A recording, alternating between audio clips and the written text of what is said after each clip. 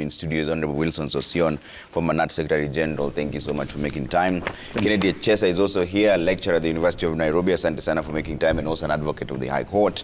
Otoa Sifuna, teacher, I believe is joining us online, and Dr. Pamela Odhiambo, women rep for Migori, will also be joining us online in a bit. She's also a member of the Education Committee. And Chesa, I'll start with you. What is your assessment of CBC progress? Is it working or is it not? My assessment of CBC program, Trevor, is that it is not working. This was a rushed curriculum. This is a curriculum that is not sustainable in our country. It's a curriculum that is designed for the rich. It's a curriculum that is designed for an enlightened society. A society such as Kenya cannot afford to meet the requirements of CBC. For the following reasons, Trevor. One, CBC is very expensive for our economy and for our parents. CBC requires resources such as ICT materials. They require students to have ICT gadgets that they do not have. They require students to have materials for practicals because it is a practical-oriented curriculum. Our parents cannot afford the materials, and our government is not able to supply the materials. You cannot change a curriculum to such an effective curriculum and practical curriculum as is CBC, and then what you do not increase the funding. We are all aware that what Kibaki used to fund free primary education, which was 2,000 shillings, less than 2,000 shillings per pupil, is what the government is funding the same program today. Yet the curriculum has come at a cost. Where are we getting the money to meet this extra cost? The burden is going to parents. And remember, one of the objectives and the requirements of our education system is that it must be affordable. Since it is not affordable, it is not practical in our society. Okay. So, Sion, what do you think? Yeah, I think I've said it. I'm on record having been very critical on the manner of the rollout of the new curriculum. When I was the Secretary General, Kenya National Union of Teachers, and I would still insist professional, from the very professional perspective, and I'm happy other voices are coming in, that CBC is a fraudulent curriculum that is being imposed on the nation of Kenya without being rolled out in a professional manner. And I think we are being vindicated, those of us who raise concerns about it. You cannot roll out a curriculum without following the necessary professional steps of rolling out the curriculum. That is from doing what we call summative evaluation of the existing curriculum. This was not properly done for the 844.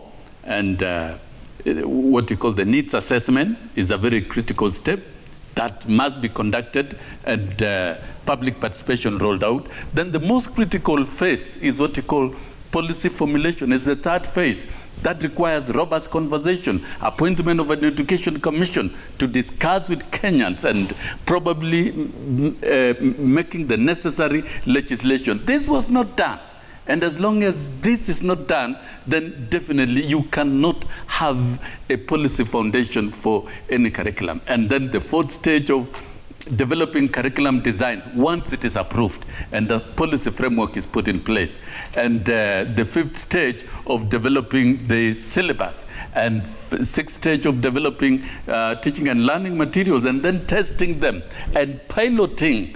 Piloting is the most important, and every stage of the curriculum as you roll out is being piloted. The question is, do we have pilot reports for grade 5, for example? As the ministry conducted pilot phase for grade 6 and for the earlier grades. We were told piloting was done between June 2017 and was concluded in October 2017. You cannot do piloting, you cannot commence even in the middle of the year and undertake such mammoth report. Piloting 844 was piloted for 4 years before rollout. And I'm happy the universities are here. Any moment of curriculum review in any country is a good time for universities to undertake studies and come out with research reports. I'm yet to see even a single study by any university, and the experts of curriculum reform in the country, their input was also not factored in. They were locked out, and they remain locked out. And therefore, this is a curriculum that was not designed for this country naturally and professionally. It is a fraudulent curriculum that was imposed through a government decree in 2016. It is a curriculum that has a lot of flagship business. So it's a business fraud in this country, the way it has been rolled out. And I remember in 2019 when teachers raised concerns about the manner of trainings they were receiving, and they actually picketed. And I remember 285 teachers were interdicted for simply raising concerns about the quality of trainings, because the trainers who are training teachers cannot even interpret the designs of CBC. And the only response from the government, and I don't believe it was from TSC, it was from the president's office, is that 285 teachers were interdicted, and most of them dismissed and removed from the register. And I can say that this is a curriculum that was chaperoned with a lot of militation from government, because it has a lot of business interest. So I would say from our studies that we conducted, because it's research-based and it can still be checked, it is that those who have interest in this curriculum are not Kenyans. They are foreigners with business interest. It is another scam like the laptop project. Where is the origin of the laptop project? Was it a necessity at that time? We agree that there must be integration of ICT in our education system to drive the education system, but not the manner in which it was introduced through the laptops. And of course, you remember the Jubilee administration and the leaders of Jubilee telling Kenyans that standard 1 children, each one of them will walk home with a laptop in 2013, and they will be computer wizards within a very short time. We are in 2021, and only 1 million units, not of laptops, but fake tablets, most of which are not functioning. 1 million have only been supplied to our school system. Teachers were not trained at all, and therefore teachers cannot even use the few that are working. Connectivity of electricity and internet in schools is inadequate, and therefore I should think the Jubilee administration is one administration that will be indicted for engaging in fraudulent programs within the education to the detriment of the country. And therefore, I would say the matter of rollout of the new curriculum is actually threatening the sovereignty of our country. If we are allowing scandalous individuals, because that consultant of CBC was an unqualified character from the UK, and in the UK, the Minister for Education of the UK did not permit the proponents of the CBC. Even in the US, where this curriculum was designed, has never been adopted by the US. The CBC curriculum design was adopted for the rich in the US, and countries that have adopted is a good curriculum if implemented properly by resourcing it very heavily and by training adequate teachers. Countries like Finland and Singapore have done it because of one, investing massive resources and training teachers. CBC is about class sizes not exceeding 20, and CBC is about more teachers in class. And if you get to a finished classroom, a teacher is trained to the master's level before getting down to teach competency-based curriculum. Is high order. And in every teaching lesson, because you must evaluate learners at the end of every lesson, all learners must be evaluated. And there are 3 teachers interacting in every teaching lesson in a CBC class, in small classes, class sizes not exceeding 28. So what we are witnessing in Kenya, and I dare ask the universities, you should be bold enough, experts in the university and curriculum, to carry out now evaluation studies. And I dare say at this point, there was no competent summative evaluation of the pilot phase. And there have been no effective pilot phases. So what we are facing is we are waiting for a disaster, and it's so unfortunate that the President, Uhuru Kenyatta, will retire and go home with a very poor report card on the education system, particularly of CBC. And therefore, the next president should be very, very bold enough to reduce these so-called reforms in education and reduce it to a review. We could have done it with a review that the economy cannot sustain. And we've dared everyone. Let us discuss the economics of CBC. Can our poor economy sustain? Let me bring in a Chesa on this. And Sosion is raising an issue of, have you done research to see whether this works or not? And even though you say that CBC is for the expensive and it's for the rich, what options would you rather go for? One, I want to confirm what the SG Emeritus has said, that as universities, we've not carried out research to actually evaluate the progress and the practical nature of the CBC. It is because we were not brought on board in first place. When a curriculum is being rolled out, universities ought to be brought on board as experts to advise government on the practical nature, or whether the universities are prepared to train the manpower that will effectively lead to the implementation of the curriculum. And then your second question was about the curriculum being expensive. Yeah, and what option would you rather go for? Because we are here now. There's the process that Sosion is talking about. We've not gone very far with this curriculum, Trevor. I think the best thing would be the government to take the bold move of recalling the curriculum. And we go back to the 844 as we prepare for the future. Remember, the last review of 844 must have been in 1999 by the Koech Commission. And the Koech Commission observed that 844 had weaknesses. 844 was moving from being learner-oriented to being teacher-oriented, to being exam-oriented. 844 had, in effect, taken out the subjects that were going to equip learners with skills. From 1999 to 2016, nothing has been done to mitigate what the Koech Commission said in 1999, and what we see is a total overhaul of the curriculum. That is not practical in any way. What we ought to do, therefore, is to swallow our pride as a nation, say that we have failed as a nation, this curriculum has failed us.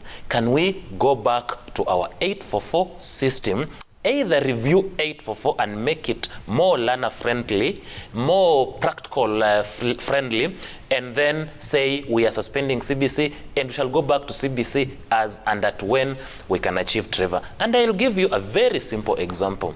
In next year, December, the grade 6 students are going to sit for the exams. Where will they go to?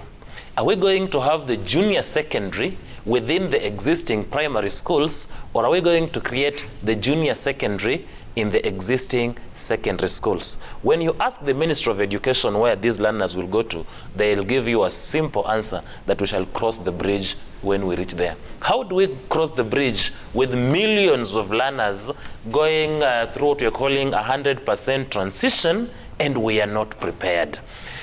And why I'm saying that we are not any near meeting the demands of this curriculum, the players that are involved.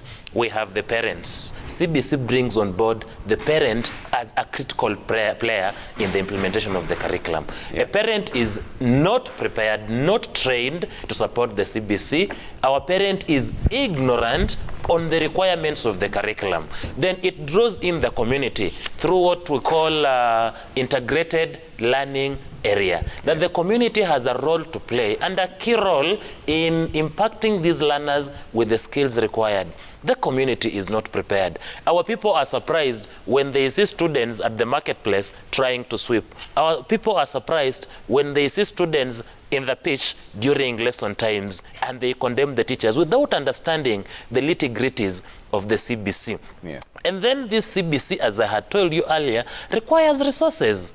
Presently, we are understaffed as a teaching profession. We have instances where one teacher is teaching close to 108 students. And as the SG Emeritus has said, CBC requires about 3 teachers for every 28 students.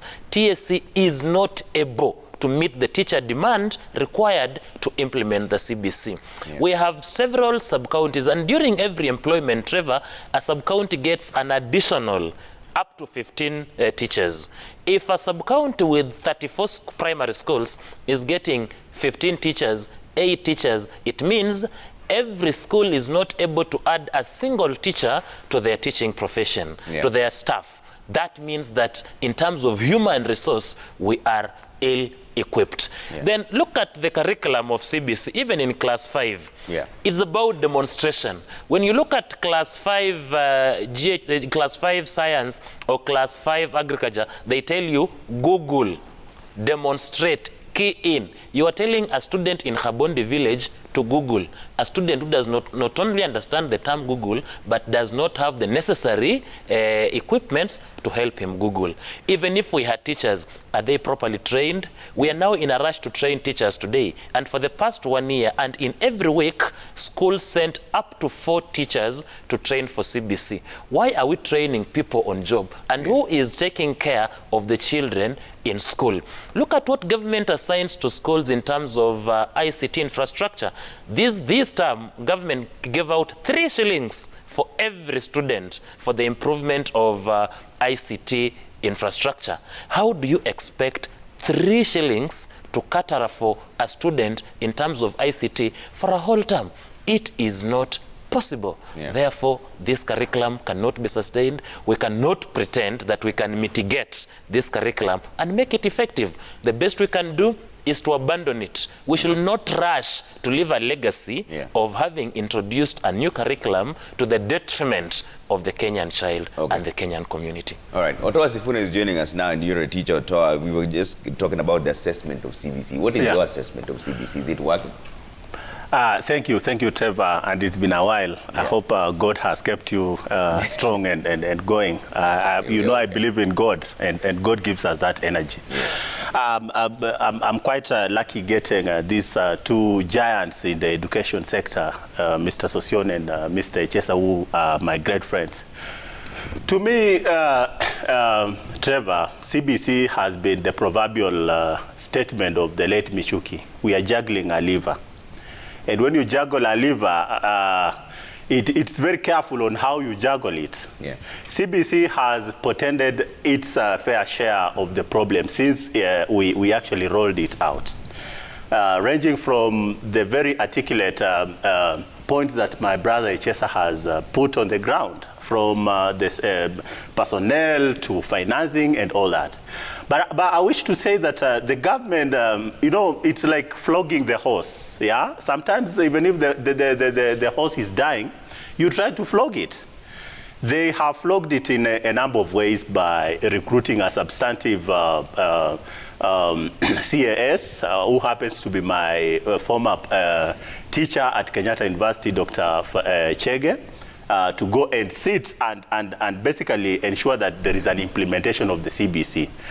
But my big problem, which actually resonates with my brother here, is capitation and the question of funding. For how long shall we rely on donor funds to implement CBC?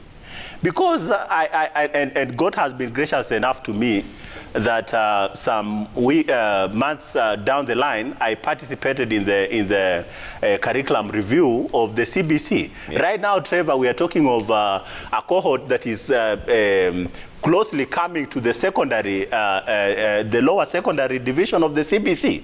The fundamental questions we are asking: have we prepared the infrastructure in the secondary division, lower secondary, so that as our students are transiting from the primary section, they are prepared, or the secondary infrastructure is prepared to welcome them? But to me, as Otoa Sifuna, it really pains me, because I really said it was a sigh of relief for me as a teacher who had struggled with the other curriculum. And I say that eventually God had heard my prayers that we have a competence-based curriculum. But we have allowed a lot of shenanigans and other factors to come and jeopardize a very well-intended process. So to me, without mincing my words, Trevor, I'll say that the ball is in the court of the Cabinet Secretary, our good Professor George Magoha, to ensure that his legacy will be dependent on the successful implementation of the CBC. And when I say successful, I'm not a lunatic to choose that word without caution. Success means that we are deliberate from the very initial grounding, that we are serious as a nation to implement CBC. And when we implement CBC, we are serious in its financing, we are serious in its logistics and all that. Yeah. And that's why I call upon my brother Sosion here, whom I have a lot of respect to also try to treat this devil with some pinch of what? Of hope in it. Yeah. Can we dissect the problems that are bedeviling CBC, but at the same time? You took part in the curriculum review of the CBC. Yes. What were the findings? The findings is, first of all, as I've already indicated, CBC was the best thing that could have ever happened because it's a paradigm shift from a content-based curriculum to a concept-based curriculum that now gives the undue advantage to our students. Okay. But the findings were very, very clear. We are still grappling with the question of financing. Okay. We are still grappling with the question of philosophy and the technical advice. And that's now where the likes of Sosion and the Chesa comes in. Have we pointed out the problems? Are we providing these solutions? And that's why I seated here, I'll be almost the neutral person, Trevor, for that matter. Yeah. I will resonate the words of Professor Magoha. We as the technocrats in this field, are we also providing solutions? Okay. Or we are just the whining? We keep on complaining and pointing the accusatory fingers and say, CBC has already failed. Okay. We understand one cardinal thing, Trevor. Corona, the pandemic has cast the spanner into the works. So for us, we also need to go to the drawing board and see, shall we continue whining and saying that because the train left Echesa, the train left the station for sure. As a nation, we shall fail terribly if we said right now that we abandon the whole thing just because of one or two. I think, for God's sake, Trevor. So what are the solutions? No, I think my brother Otoa Sufuna is treating this matter casually. It's an issue of national interest. And it's an issue of professional rollout. The moment you don't roll out or reform, undertake curriculum reforms professionally, then that is a real threat to the nation. And I want to agree very strongly. We must bite the bullet. The issue is, at this stage, there has to be a proper forensic audit of the rollout. In fact, the studies by Professor Fatuma Chege should have been done at stage 2 of the curriculum development. That is development of policy formulation. Why do you appoint a task force? To help you in developing a policy for the CBC. But you cannot do it once you have rolled out and without even carrying out a thorough summative evaluation of the rollout. I think the way forward for CBC is very clear. The government must bite the bullet and accept that it has failed. Because look at it, the feedback from the field. Teachers are frustrated and stressed. There is still too much work on the side of parents. They're expected to buy a lot of so many learning materials. And about, I think, 13 areas, 13 portfolios per learner. And we saw yesterday the studies by the USAID. And it said very clearly that literacy and learning of Pride, the program that has been running since 2015, has gone down, basically because of reduced time for learning of languages at the lower primary. These are significant data that are coming out, and we cannot do this thing politically. We cannot make pronouncements politically that this is what has to be done. It must be informed professionally through careful studies. And looking at countries like South Africa, where teachers taught for a while CBC, and until they protested and reverted back to the outcome-based curriculum, which which Sifuna is trained on. He's not trained on competency-based pedagogy, and the teachers to teach competency-based curriculum must be trained right from the pre-service level. You cannot pick teachers who are trained on another orientation of pedagogy teaching. All of us, we are trained on outcome-based curriculum, and we can teach 742-3 and 844. But the competency-based needs a completely new breed of teachers to be trained from the teacher training colleges. And to me, if Kenya needed, honestly, CBC, competence-based curriculum, then they should have started by training a cohort of teachers at the teacher training colleges and universities. That is where it should have begun. And that is where studies should have been carried out. Which country has done it? What requirements were done? As it stands at the moment, the infrastructure remains a challenge in almost all schools, whether private or public. And continued insistence on something that does not work will create inequality. Look at public schools. Go to Olympics Primary School here in Kibera with a class of 100 learners, and you are expected to prepare portfolios at the end of every lesson for every learner, and with one teacher in class. That is impossible. So number one, infrastructure. We need to invest on infrastructure in every class as we roll out and rational the class sizes. Is the country ready? Does it have the requisite resources? Look at what Uhuru Kenyatta is doing. For the last 10 years, he has not revised the capitation in primary school for the school children.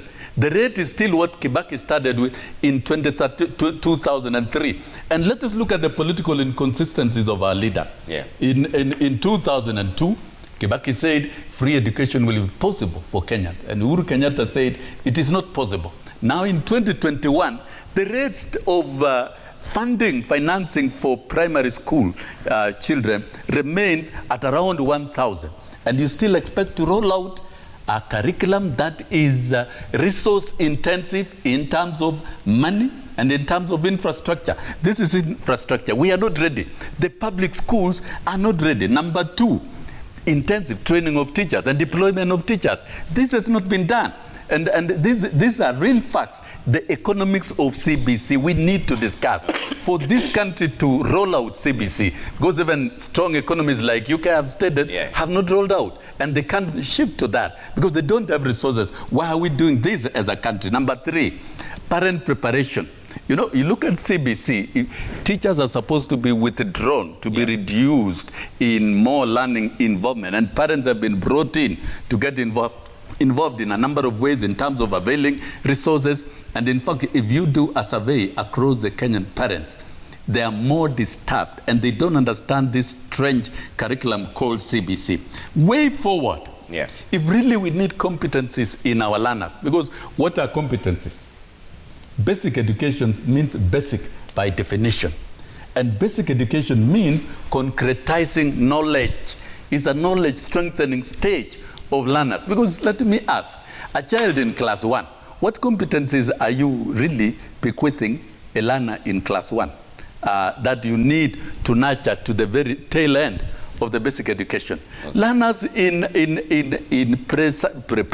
primary, and even secondary, you still strengthen aspects of reading, numeracy, and you are concretizing knowledge so that then competencies can come in at the post-basic. This is now where the tertiary institutions come in. And I think this can be revised. And I agree with Professor. And even if studies are carried out, we should bite the bullet and reduce the reforms to a review.